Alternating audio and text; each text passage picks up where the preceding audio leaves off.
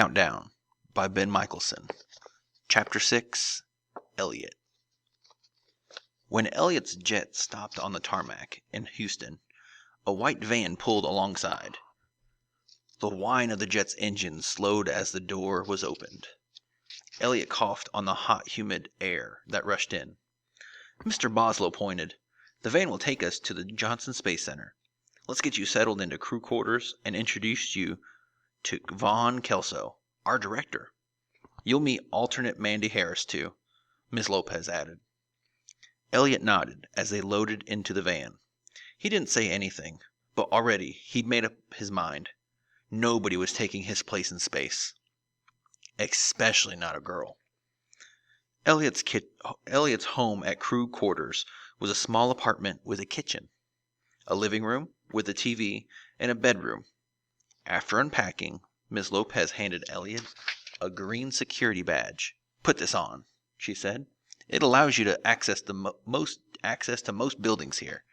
Your training will be as a payload specialist, an astronaut who is trained for one specific mission only. Mr. Boslow kept explaining as they drove to the administration building. Besides standard orbiter training, you'll be trained to run the SAREX radio. SAREX stands for Shuttle Amateur Radio Experiment. Great, said Elliot. I've used my dad's CB radio in the truck. You'll also assist with life science experiments. What's that? How space affects the physiology of a growing adolescent, Miss Lopez explained. They'll test your muscle and bone loss, blood volume and pressure, heart size, spinal changes, space sickness, those kind of things. Mr. Boslow laughed. You'll be a human guinea pig. Will I get shots? Mr. Boslow nodded. And blood tests. Elliot smiled weakly. This is the administration building, said Miss Lopez, stopping beside a large concrete building with flags out front. As they walked in, she said, Elliot, you live in such a wonderful place. The Space Center's high-tech world will be so different. I can't wait, Elliot said. Miss Lopez smiled. Get ready to have your life scrambled. Inside, a guard checked their identification and badges. Uneasy, Elliot twisted at his sleeve as they rode the elevator. Ben Mikaelson is director here at the Space Center. Mr. Boslow winked at Elliot. So mind your manners. Just be yourself, Miss Lopez advised. Elliot was ushered into a big waiting room where a secretary greeted him. Near her desk, on a leather couch, sat a girl with straight brown hair. She was short and sturdy, with knee-length shorts and thick white ankle socks. Her freckles and dancing eyes made her look mischievous. Elliot couldn't stop the feelings that welled up inside. This was his once-in-a-lifetime chance. He had always dreamt of space. This was his chance to be the very first junior astronaut in history.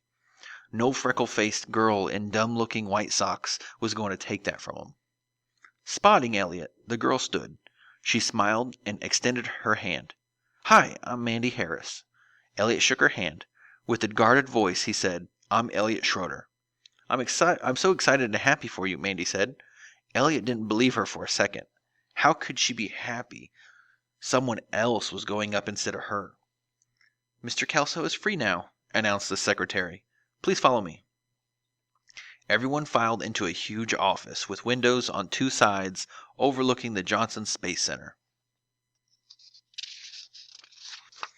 At a desk sat an old man with a thin face, wire-rimmed glasses, and a baggy suit. He looked like someone's grandfather. He gazed at Mandy, then at Elliot. So you're Mandy and Elliot, the space kids, he said, adjusting his glasses. Elliot nodded nervously. He didn't like Mandy's name being mentioned first. She was the alternate. You can relax, said the man. I'm Ben Mikaelson, just one of the workers here at NASA. They said you were the director, Elliot ventured. Ben Mikaelson pulled a small gold chain from his desk drawer. He handed it to Elliot. Do me a favor, son, he said. Show me the most important link in that chain. Elliot puzzled. Sir, they're all important. Right. A slight smile parted Mr. Kelso's lips. History remembers Neil Armstrong for walking on the moon. But he couldn't have stepped off a curb without help from thousands of others equally as committed. We're all links in a chain. We're a team. If you fail a task or assignment, you fail the whole team. Do you understand? Elliot nodded. Vaughn turned to Mandy. As mission alternate, don't think you are less important than Elliot. Our intent is to place one of you two into space 9 months from now aboard the STS-97 mission. It's not important which one of you goes up. What's important is the mission. Mr. Kelso drummed a pen against his desk. Do you both understand this? Mandy nodded eagerly. Elliot nodded, but he knew he could never let Mandy or anyone else take his place as the first junior astronaut. This was his one chance in a life to be somebody. By the end of the first day, Elliot swore he had met every human being at the Johnson Space Center. At times, he was too overwhelmed to think. Mandy Harris laughed, smiled, and acted sweet to everyone, as if it were a big party. Later, when they went to a fancy restaurant in downtown Houston, Elliot watched Mandy spread her napkin neatly on her lap and eat small bites with her fork, upside down. Elliot left his elbows on the table and chewed hard. I'd starve eating like that on the ranch, he said. It's a good thing we're not at the ranch, Mandy said plainly. Later, leaving the restaurant, she looked up at the sky and said, Elliot, can you believe it? We're really going to be astronauts. Yeah, Elliot said. He didn't say what he really thought. Back at crew quarters, Elliot called his mom and dad. The sound of their voices made him homesick. The coyotes killed a calf yesterday, Dalton said. Elliot felt guilty for not being there. He told his parents how big and frightening everything was at the Johnson Space Center. He didn't say anything about Mandy. All too soon the phone call ended, and Elliot crawled into bed. When the alarm rang at 6 o'clock the next morning, Elliot felt like a sack of lead. He stumbled around getting ready, shaking sleep from his head. Today they started physical examinations and what was called pre-orientation. After a quick breakfast, Elliot and Mandy were measured for jumpsuits and pressure suits. Again, Mandy wore her thick white socks. She raised her arms expertly and helped position the tape as her measurements were taken. Elliot couldn't wait to see how she did once training started. Becoming an astronaut wasn't the same as eating politely or getting measured for clothes. Now the real fun starts, Mr. Boslow said. You begin physical exams. The exams began with eye tests. Because special eye drops made their pupils big, Elliot and Mandy left the exam wearing cheap plastic sunglasses to guard against the sun. Next, they filled out about a zillion forms and answered 2 zillion questions. Then a lab woman drew blood using needles big enough for knitting. Wide-eyed, Elliot watched as 6 tubes of blood were taken from his arm.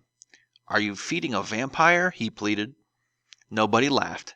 Mandy closed her eyes and turned her head away from her own ordeal. Elliot didn't feel well anymore. A thin man with a white coat led Elliot into a small office. For 2 hours, he took notes and asked weird questions like, do you like yourself lots, some, or little? Or, if a close friend fell through thin ice, what would you do? That question was easy. I throw out the lariat I always carry on my horse, Cooper, Elliot said. And if you didn't have a lariat? The examiner asked. Elliot chuckled. Then I'd probably jump through the ice too. It's better than the whooping I'd get from Dad for not carrying a rope out calving. The thin man thought before making notes on that one. When the questions ended, the man stood abruptly and said, that will be all. To finish the day, Elliot and Mandy were strapped into spinning chairs. Both ended up getting sick. As they left, Elliot told the doctor, I'm glad this is over. The doctor glanced up from his notepad. Oh, this is just the beginning. Wait until the life science people from Ames Research Center get a hold of you. Elliot looked to see if the doctor was kidding. He wasn't. A big lump wedged in Elliot's throat. Suddenly, going into space didn't seem like such a hot idea.